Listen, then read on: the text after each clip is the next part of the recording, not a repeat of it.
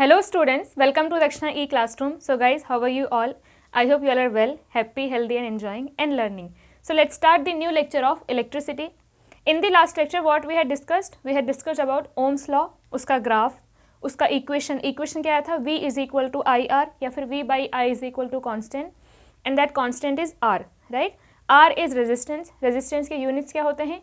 ओम, ठीक है. रेजिस्टेंस मतलब कि करंट के फ्लो को रेजिस्ट करना, करंट के फ्लो को रोकना, that is called the resistance, right. और भी हमने क्या पढ़ा था रेजिस्टेंस के बारे में कि रेजिस्टेंस जो है it is the property of a material, it is the property of a material. उसके बाद जैसे कुछ एलिमेंट्स हैं, कुछ मटेरियल हैं जो रेजिस्टेंस जिनका बहुत हाई होता है, जैसे कि प्लास्टिक है, इन्हें हम इंसुलेटर्स बुलाते हैं, इनका रेजिस्टेंस बहुत हाई होता है, ठीक है. इसमें ये करंट फ्लो होने ही नहीं देंगे.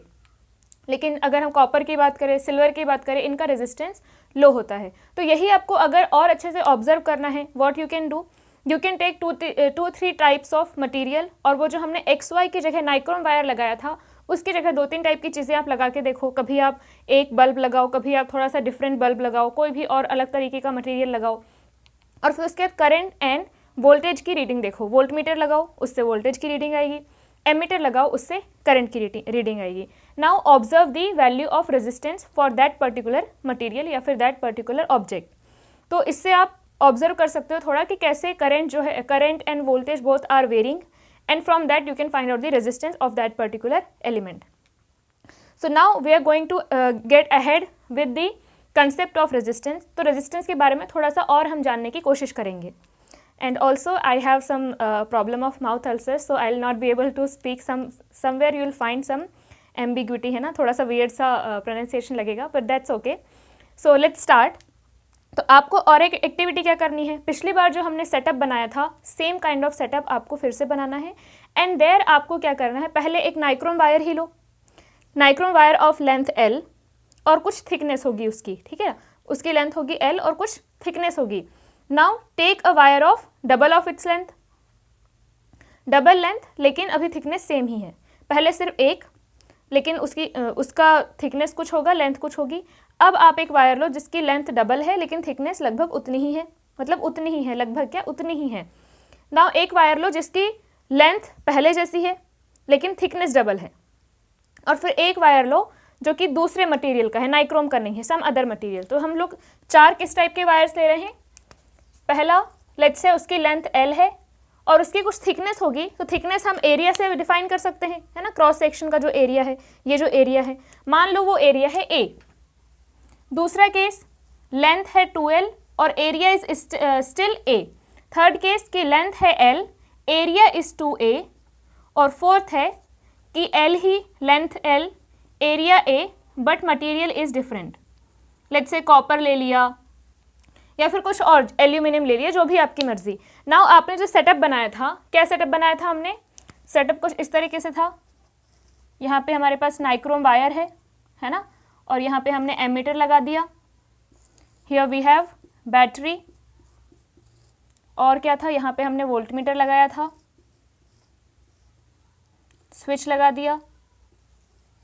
स्विच अभी ऑफ है, फिर इसको ऑन कर लेंगे, राइट. तो अब यहाँ पे इस एक्स वाई के बीच में हम लोग इसको रिप्लेस करने वाले हैं. पहले हमने जो यूज़ किया था वो फर्स्ट केस था यही, L और A. लेंथ L है, एरिया A है, ठीक है.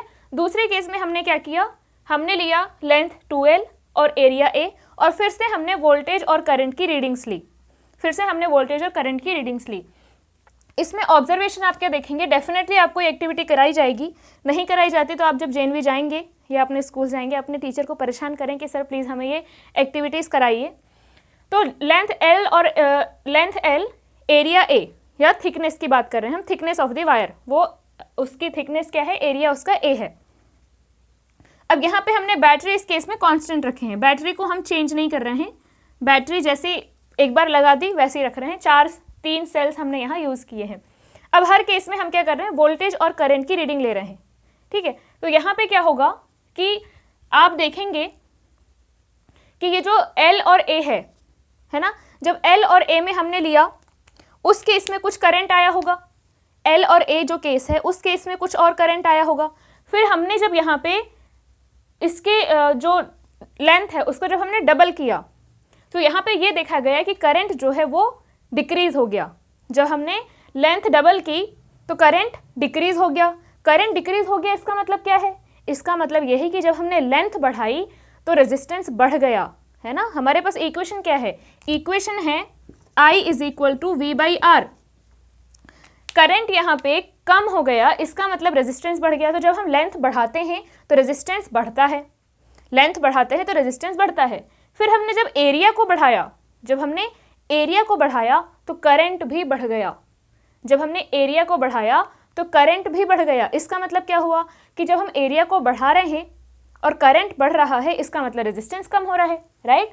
तो इसका मतलब when you increase the area या फिर when you increase the thickness of the wire तो करंट इंक्रीज होता है। इसका मतलब जो रेजिस्टेंस है वो डिक्रीज होता है, राइट। उसके बाद चलो ये केस हो गए। फिर उसके जब हमने मटेरियल चेंज किया तो फिर से क्या हुआ कि there was some change in current. और इन ऑब्जर्वेशंस को जब आप बहुत पहले जब रेजिस्टर्स के बारे में स्टडी की जा रही थी तो ऐसे बहुत सारे ऑब्जर्वेशंस किए गए और वहाँ से क्या पता चला, वहाँ से उन लोगों को ये पता चला कि जो रेजिस्टेंस है, रेजिस्टेंस जो है ये प्रोपोर्शनल होता है लेंथ के। अगर लेंथ बढ़ेगी तो रेजिस्टेंस बढ़ेगा, लेंथ ट्वाइस होगी तो रेजिस्टेंस ट्वाइस होगा, मतलब दुगना, दो गुना, ठीक है। रेजिस्टेंस लेंथ अगर चार गुना हो जाएगी तो resistance will also get quadrupled. अब दूसरा क्या ऑब्जर्वेशन में देखा गया कि R is inversely proportional to A, inversely proportional to A। इसका मतलब जब एरिया बढ़ाते हैं या घटाते हैं तो यहाँ पे इनवर्सली R चेंज होता है। अगर एरिया बढ़ाओगे तो R कम होगा, R कम होगा तो करंट बढ़ेगा। If you increase the area R decreases, if you decrease the area R increases. तो इन दोनों ऑब्जर्वेशंस को जब मिलाया गया तो क्या लिखा गया कि R is proportional to L by A, R is proportional to L by A। और यहाँ पे जब प्रोपोर्शनलिटी कांस्टेंट हटाए तो इसको फिर लिखा गया रो L बाई A। दिस ये इसको बोलते हैं रोने वाला रो नहीं, RHO, रोहो टाइप रो, ठीक है। तो ये ग्रीक लेटर है और ये है रेजिस्टिविटी।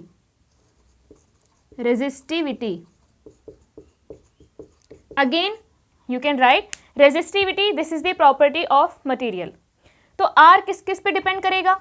R डिपेंड करेगा एक तो लेंथ पे, दूसरा एरिया पे, तीसरा कि मटेरियल कौन सा यूज हुआ है, क्योंकि हमने जब मटेरियल चेंज किया तो फिर से क्या चेंज हुआ, फिर से करंट चेंज हुआ, इसका मतलब फिर से रेजिस्टेंस चेंज हुआ। तो यहाँ पे क्या है कि मान लो आपने पहले L और A लिया और मटेरियल 1 लिया, उसकी रेजिस्टिविटी मान लो 1 है। Resistivity is the property of a material, ठीक है। तो अगर आपने लेंथ L लिया, एरिया A लिया और उस केस में मान लो आपने नाइक्रोम लिया तो उस टाइम क्या आएगा, रेजिस्टेंस आएगा रो 1 L बाई A, ठीक है। फिर आपने क्या किया, L ही लिया, A ही लिया, लेकिन यहाँ पे आपने मटेरियल दूसरा लिया, लेट्स से कॉपर, उसकी रेजिस्टिविटी है रो 2, उस केस में क्या आ जाएगा resistance rho 2 into L by A। तो यहाँ पे जो R है पहले आया रो 1 L बाई A, फिर आया रो 2 L बाई A। इसका मतलब it is depending on this. Material change करोगे, अगर आपके पास सेम लेंथ और सेम थिकनेस का अगर नाइक्रोम वायर है उसका रेजिस्टेंस अलग होगा, अगर कॉपर वायर है उसका रेजिस्टेंस अलग होगा। सेम डायमेंशंस हैं, लेंथ और एरिया सेम है, लेकिन अगर मटेरियल डिफरेंट है, एल्यूमिनियम लिया तो डिफरेंट, कॉपर लिया डिफरेंट, नाइक्रोम लिया डिफरेंट, सो लाइक दैट। तो आपके पास जो फाइनल फॉर्मूला आता है वो क्या आता है रेजिस्टेंस का, इसको यहाँ पे लिख देते हैं ऊपर,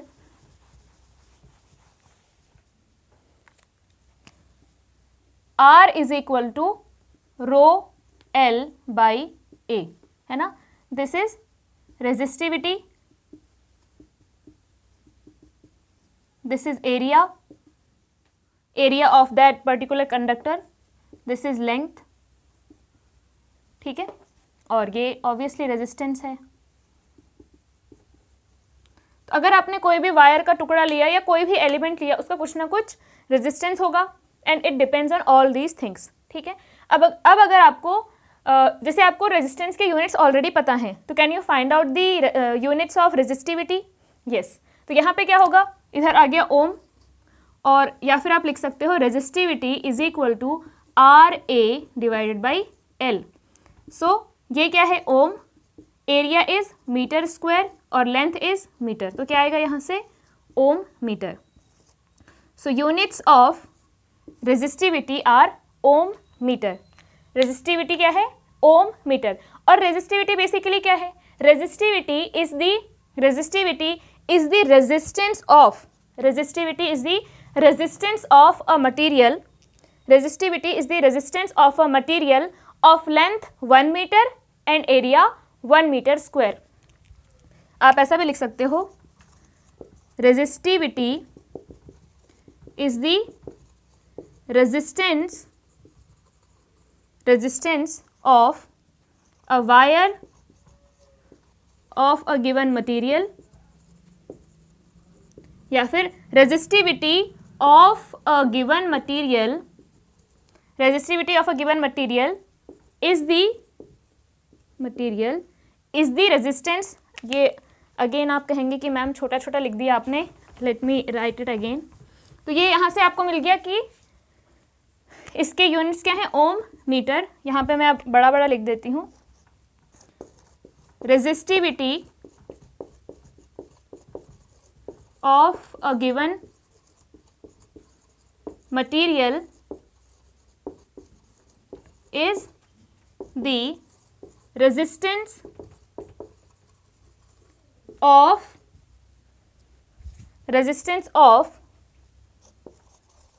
the wire of 1 meter length and 1 meter square area of that particular material.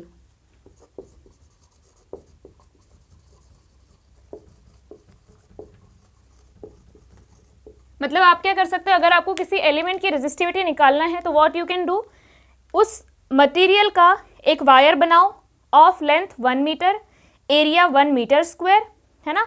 और उसके बाद क्या करना है हमें, वोल्टेज और करंट, उसको किसी सर्किट में कनेक्ट करो, वोल्टेज और करंट निकालो इन दैट पर्टिकुलर सर्किट, और किसी वोल्टेज और करंट के लिए वो जो रेजिस्टेंस आएगा, that resistance is that particular resistance जो आएगा V by I, that resistance is the resistivity of that material, है ना.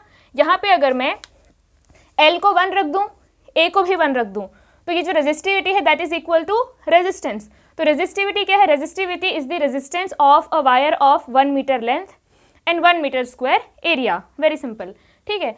तो रेजिस्टिविटी क्या है, ये एक मटेरियल की प्रॉपर्टी है, और रेजिस्टेंस किस किस पे डिपेंड करता है, रेजिस्टिविटी पे, लेंथ ऑफ द वायर पे और एरिया ऑफ द वायर पे, ठीक है. और इसी रेजिस्टिविटी का जो इन्वर्स होता है, उसको हम बोलते हैं कंडक्टिविटी, है ना. रेजिस्टिविटी मतलब कि करंट फ्लो को रोकना, रेजिस्ट करना. कंडक्टिविटी मतलब कि करंट फ्लो को अलाउ करना. जितनी ज़्यादा कंडक्टिविटी उतने इजीली करंट फ्लो को अलाउ करेगा, जितनी ज़्यादा रेजिस्टिविटी उतना ज़्यादा करंट फ्लो को रोकेगा. तो this is about the resistance and resistivity. अब ये जो फॉर्मूला है, ये किसी भी कोई भी आपको एलिमेंट गिवन है, कोई भी आपको वायर गिवन है, उसका आपको रेजिस्टेंस निकालना है. अगर उस मटेरियल की रेजिस्टिविटी गिवन है, length of the wire given है, area of the wire given है, you can find out the resistance of that particular wire. उसको फिर किसी भी सर्किट में लगाओ, वहाँ पे आपको वोल्टेज गिवन है तो आप करंट निकाल सकते हैं, करंट गिवन है तो वोल्टेज निकाल सकते हैं. These are all the things you can do in a question. तो ये आपको ध्यान रखना है. तो अब तक हमारे पास कितने फॉर्मूले आ चुके हैं. पहला है हमारे पास V is equal to I R, ठीक है. और दूसरा अभी क्या आ गया, R is equal to rho L by A. This is the second formula जो अभी तक आपने देखा है. अब इस पे, इन दोनों पे बेस्ड कुछ क्वेश्चंस हैं जो हम करने वाले हैं. So I will write those questions and one by one we are going to solve them. So I hope you are ready to solve the questions. Please note down this question first or take the screenshot, try these questions and then come back to see the solution. So we are going to start the solution now. So the first question is, if the resistance of a bulb filament is 1100 ohm, how much current it will draw from a 220 volt source and if a heater of 100 ohm is connected in place of bulb, how much current it will draw? तो हमें क्या given है in the first question, क्या given है हमें? Resistance of a bulb filament. पहले हमें resistance of bulb filament given है, दैट इज 1100 ओम, है ना, 1100 ohm. And how much current it will draw from a source 220 volt and if heater is replaced in place of that. दूसरा case क्या है, हमें resistance given है heater का, that is 100 ohm. My pronunciation is bit weird, so please ignore it. So R of bulb is this much, R of heater is this much, and the voltage source that is used is V is equal to 220 volts. So we know that if we want to calculate the current, what should be the formula? I is equal to V by R. I is equal to V by R. So V here it is 220 volts divided by first case में क्या होगा? RB. So 220 divided by 1100. यहाँ से हमारे पास क्या आएगा? यहाँ से अगर हम लोग सॉल्व करेंगे तो ये हो जाएगा 0.2, राइट. तो 0.2 ampere is the current in case of bulb. Bulb filament में करंट कितना होगा? 0.2, है ना. इसको कैंसिल करोगे 2 और फिर यहाँ पे एक 0 है तो ये हो जाएगा 0.2 एम्पियर्स. दूसरे केस में current in case of heater कितना होगा? वोल्टेज है 220 divided by resistance is 100 ohms. So कितना आएगा? It will be 2.2 amperes. So आप देख सकते हो, when resistance is more current is less, when resistance is less current is more. Correct. So first question is done. Very easy question, simply V is equal to IR पे based question है, ohm's law पे based question है. So I will erase the first question now. अगर आपने second question try नहीं किया है तो still you have time, try the second question. So now I am going to solve the second question. Second question में क्या है? The potential difference, PD means potential difference. Potential difference across an electric heater. एक electric heater है, उसके across potential difference है 50 volts. Potential difference कितना है? 50 volts. It draws a current of 5 amperes. कितना करंट ड्रॉ कर रहा है? I is equal to 5 amperes.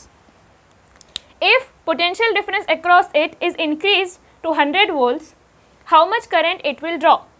Repeat the question for potential difference is equal to 80 volts. हमें पता है कि अगर आपके पास रेजिस्टेंस फिक्स है, रेजिस्टेंस को हमने कांस्टेंट रखा था, V by I is equal to R. R is constant, R constant तब है ना जब आपने डायमेंशन चेंज नहीं किया, आपने लेंथ, एरिया, मटेरियल चेंज नहीं किया, वही जो पहले टुकड़ा लगा हुआ था वही लगा हुआ है, तब बात कर रहे हैं ना हम. तो यहाँ पे इलेक्ट्रिक हीटर ही है, we are not changing the resistance. इसका मतलब again I can write V by I is equal to constant, जो कि क्या आता है? रेजिस्टेंस आता है. अब हम इलेक्ट्रिक हीटर को तो नहीं हटा रहे हैं, सिर्फ हम इसको चेंज कर रहे हैं, तो इनको चेंज कर रहे हैं तो वो कॉन्स्टेंट ही रहना चाहिए. तो पहले क्या था? V by I is equal to कितना था? 50 by 5. ठीक है, कितना आया? 10 आया. अब ये 10 क्या है? V by I is nothing but R. R कितना आया? 10 ओम. V by I 10 आया ना, इसका मतलब रेजिस्टेंस 10 ओम है. बट डायरेक्टली भी आप ये कर सकते हो, कैसे? V by I कांस्टेंट है, मतलब V1 by I1 is equal to V2 by I2 is equal to V3 by I3. ऐसे आप 1000 केस लगा दो, 1000 केसेस दे दो ऐसे. V by I तो कांस्टेंट ही रहेगा क्योंकि इलेक्ट्रिक हीटर फिक्स्ड है. ठीक है, तो पहले था 50 by 5, तो अभी कितना होगा? अभी वोल्टेज हो गया 100, तो करंट कितना हो जाएगा? इसको अगर I2 लिख दिया तो करंट कितना हो जाएगा? अगर V by I कांस्टेंट है तो इसको डबल किया तो इसको भी डबल होना पड़ेगा, तभी तो कांस्टेंट बना रहेगा ना. यहाँ पे ऊपर 2 मल्टीप्लाई किया तो नीचे भी 2 मल्टीप्लाई करना पड़ेगा. या फिर यहाँ से आप I2 कैलकुलेट करो तो क्या आएगा? यहाँ से 2 टाइम्स गया, I2 is equal to 10 amperes. तो आपने वोल्टेज 50 से 100 किया तो करंट भी 5 से 10 होगा, तभी तो रेशियो कांस्टेंट आएगा ना. थर्ड क्या है? जब आपने 80 कर दिया तो 50 by 5 is equal to 100 by 10 is equal to 80 by how much? तो या तो आप इन दोनों को यूज़ करके सॉल्व कर लो या फिर इन दोनों को यूज़ करके सॉल्व कर लो. वैसे भी ये क्या आना है? ये तो 10 ही आना है. अगर 10 आना है मतलब यहाँ पे क्या आएगा? 8 एम्पियर्स. सो I3 क्या होगा? I3 will be 8 amperes. So in case of 100 volts ये होगा 10 ampere, in case of 80 volts ये होगा 8 एम्पियर्स. क्लियर है इतना? तो यहाँ पे V by I कांस्टेंट क्यों है? क्योंकि R कांस्टेंट है. ठीक है, हमने जो एक्सपेरिमेंट किया था उस एक्सपेरिमेंट में why V by I was constant because हम लोग नाइक्रोम वायर को फिक्स करके रखे थे। अगर आप चेंज करते जाओगे, कभी बल्ब लगाया, कभी हीटर लगाया, कभी कुछ और लगाया, आयरन लगाया, तो definitely V by I constant नहीं रहेगा क्योंकि आर ही कॉन्स्टेंट नहीं है। तो अगर आपने एलिमेंट्स फिक्स रखा है तो V by I will be constant, ठीक है। और जैसा कि मैंने कहा है कि जो रेजिस्टेंस है it changes with temperature. Resistance constant रहेगा, अगर आप उसके डायमेंशन चेंज नहीं कर रहे हो तो कांस्टेंट रहेगा, बट एक फिक्स टेम्परेचर पे, क्योंकि जब टेम्परेचर बढ़ाओ या घटाओ तो resistance and resistivity both changes, correct. Length भी चेंज होती है, एरिया भी चेंज होता है, जिसकी वजह से रेजिस्टेंस टेम्परेचर के साथ चेंज होता रहता है। तो अगर आप टेम्परेचर चेंज करते हो तो ओम्स लॉ फिर सेटिस्फाई नहीं करेगा। वाई? बिकॉज आपका रेजिस्टेंस ही चेंज हो रहा है, तो वी बाई आई कैसे कांस्टेंट रह पाएगा। So second question is also done. Now try the third question.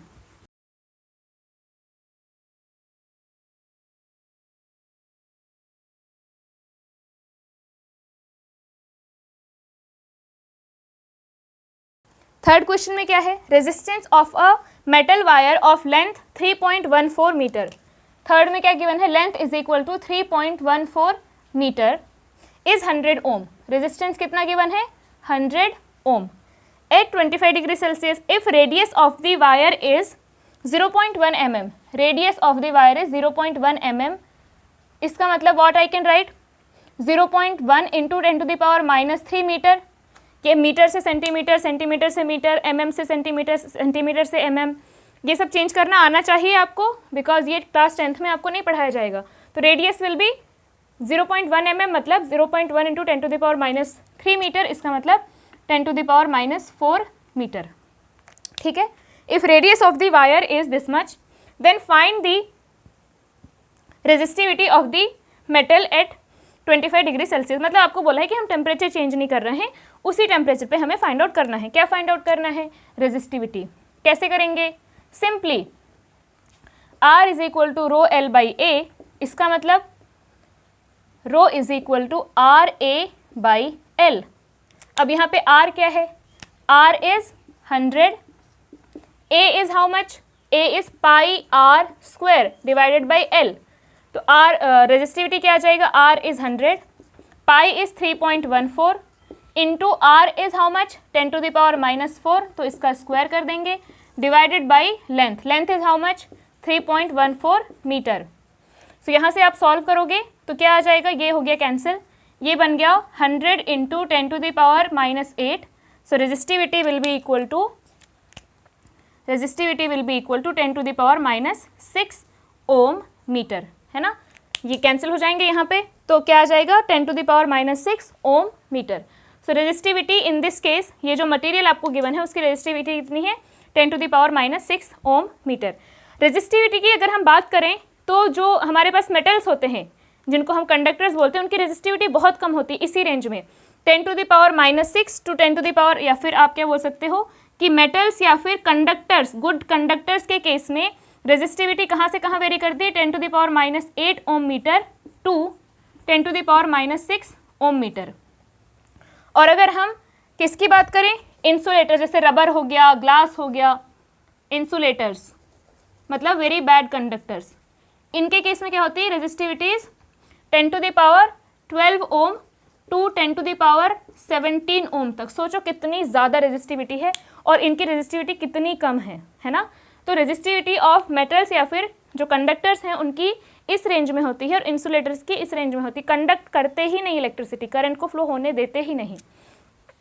So this is about the resistivity. अब आगे फोर्थ क्वेश्चन ट्राई करेंगे। फोर्थ क्वेश्चन भी क्या है? रेजिस्टेंस निकालना है आपको। Yes, try the fourth question.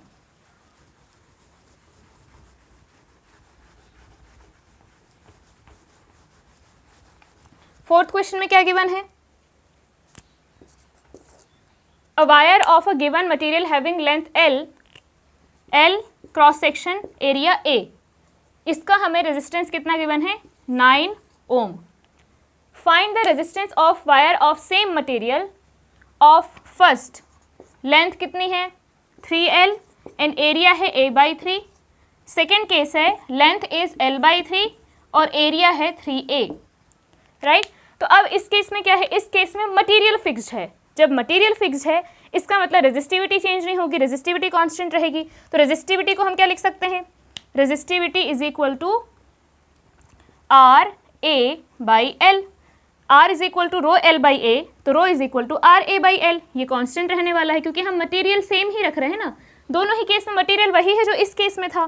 तो व्हाट आई कैन राइट इस केस में, इस केस के लिए हम रेजिस्टिविटी क्या लिख सकते हैं, इसके लिए रो 1, इसके लिए रो 2, इसके लिए रो 3, और तीनों ही केस में resistivity is going to be same.